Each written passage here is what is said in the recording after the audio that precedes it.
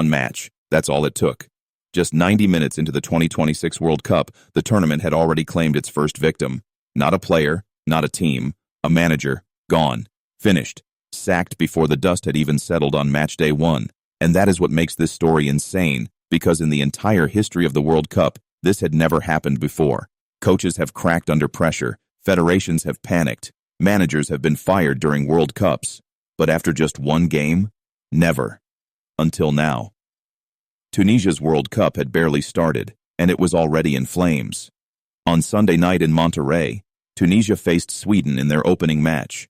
This was supposed to be the beginning of their campaign, the moment to prove themselves on the biggest stage in football. Instead, it turned into a nightmare almost immediately. Sweden did not just beat Tunisia, they destroyed them. 5-1. A complete collapse. Every Swedish attack looked dangerous. Every Tunisian mistake looked fatal. The defending was chaotic, the midfield was overrun, and the game was slipping away long before the final whistle. Tunisia looked lost, disorganized, and completely overwhelmed by the occasion. And the worst part? This was not some freak result that came out of nowhere. This had been building for a while. That 5-1 humiliation did not create the crisis. It exposed it. Because behind the scenes, Sabri Lamouchi was already a man under massive pressure before the World Cup even began. On the surface, sacking a coach after one game sounds like madness. It sounds emotional. It sounds like blind panic. But once you look deeper, this was not really a one-game decision at all. This was a disaster that had been waiting to happen. Start with the results. Lamouchi's time in charge had already been shaky. In 5 matches, he had managed just one win. One. And that only came against Haiti by a narrow margin. For a team trying to prepare for the biggest tournament in world football, that is nowhere near good enough. Then came the warm-up games, and they only made things worse. First, Tunisia lost 1-0 to Austria. Then came the real warning sign, a brutal 5-0 defeat to Belgium. So let's add that up.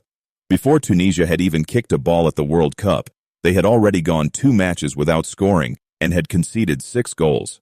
Confidence was draining away. Questions were getting louder. And whatever belief existed inside that camp was starting to crack. Then Sweden arrived and smashed the door wide open. But results were not the only problem. Because sometimes a team can survive bad form if the dressing room still believes in the coach. Sometimes players will fight through a rough patch if they trust the man leading them. That did not seem to be the case here. During the Sweden match, frustration was visible. The body language told a story of its own. Heads were dropping. Players looked angry. The energy coming from the bench felt tense. This did not look like a united squad fighting for survival. It looked like a team unraveling in real time. And once that happens at a World Cup, the damage becomes almost impossible to hide. Then came the off-field reports, and that is where this story gets even messier. According to reports coming out of the Tunisia camp, Lamouchi had brought his own son into the team's training base during World Cup preparations. That reportedly did not go down well with officials in the federation, who questioned why someone outside the official delegation had access to the squad. Now stop and think about that for a second. Before a single ball was kicked, there were already issues of trust between the manager and the federation. That means the relationship was already under strain before the biggest tournament on earth had even begun.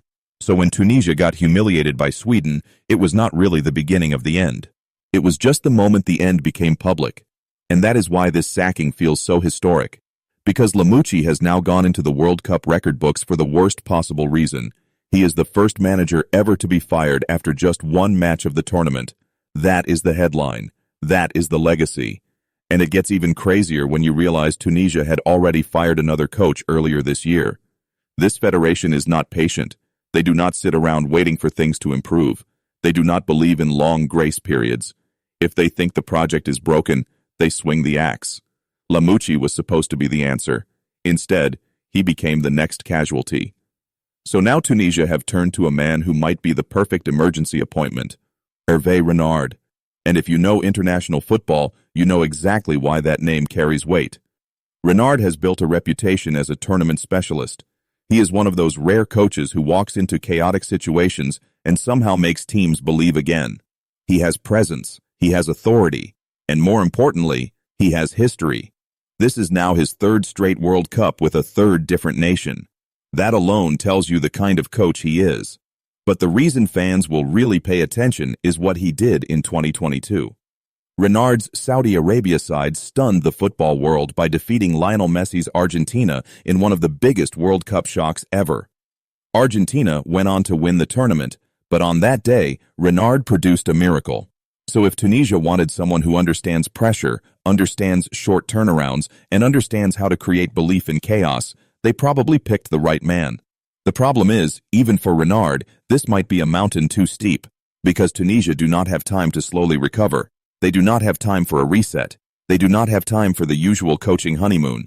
The World Cup does not wait for anyone. Japan are next, then the Netherlands. That is brutal. So Renard is walking into a squad that just got humiliated, just lost its coach, may already be fragile mentally, and now has to respond against two top-level opponents with almost no preparation time. That is not a rebuild. That is football emergency surgery. And maybe that is why this whole story is so fascinating, because depending on how you see it, Tunisia have either made the bravest call of the tournament or the most desperate one. Maybe the federation saw a team collapsing and acted before it was too late. Maybe they realized the dressing room was gone, the trust was gone, and keeping Lamouchi for even one more match would only make things worse. Or maybe this was full panic mode. Maybe they pressed the nuclear button after one horrible night and blew up their own tournament before it even had a chance to breathe. That is what makes this so divisive. Was it ruthless leadership or reckless desperation? Was Lamouchi the real problem? Or is he just the easiest man to blame for a deeper failure inside Tunisian football? Because let's be honest, one coach does not suddenly make a defense collapse like that in 90 minutes. One coach does not create every structural weakness. One coach does not explain every bad touch, every lost duel, every missed mark, every moment of panic. But at a World Cup, managers are always the first to pay. And this time, the bill came faster than ever before. 90 minutes. One defeat. History made for all the wrong reasons. The 2006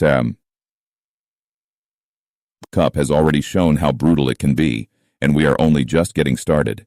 If a coach can lose his job after a single match, then nobody is safe.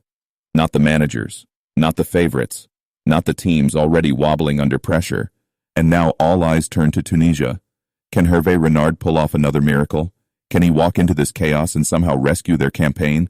Or was the damage already done the moment Sweden ripped them apart? One thing is certain, the World Cup has taken its first victim, and it probably will not be the last.